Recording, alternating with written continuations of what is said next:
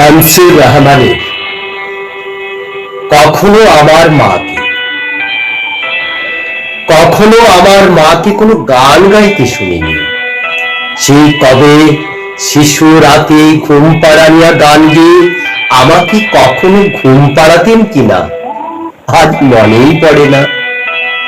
যখন শরীরে তার বসন্তের সম্ভার আসেনি, যখন ছিলেন তিনি ঝড়ে আম কুড়িয়ে বেড়ানো বয়সের কাছাকাছি, হয়তো তখন কোনো গান লতিয়ে ওঠেনি কণ্ঠে।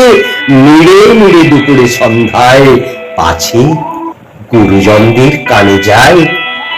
এবং স্বামীর সংসারে এসেও মা আমার সারাক্ষণ ছিলেন নিশ্চুপ, বড় বেশি নেপথ্যচারিণী। যতদূর জানা আছে, টপ্পা কি খেয়াল তাকে করেনি দখল কোনোদিন।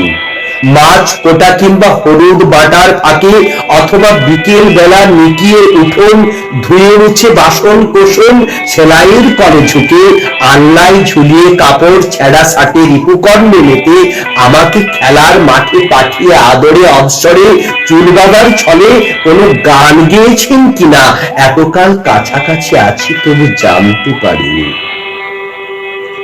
যেন তিনি সব গান দুঃখ জাগানিয়া কোন কাঠের সিন্ধুকে রেখেছেন বন্ধ করে আজীবন।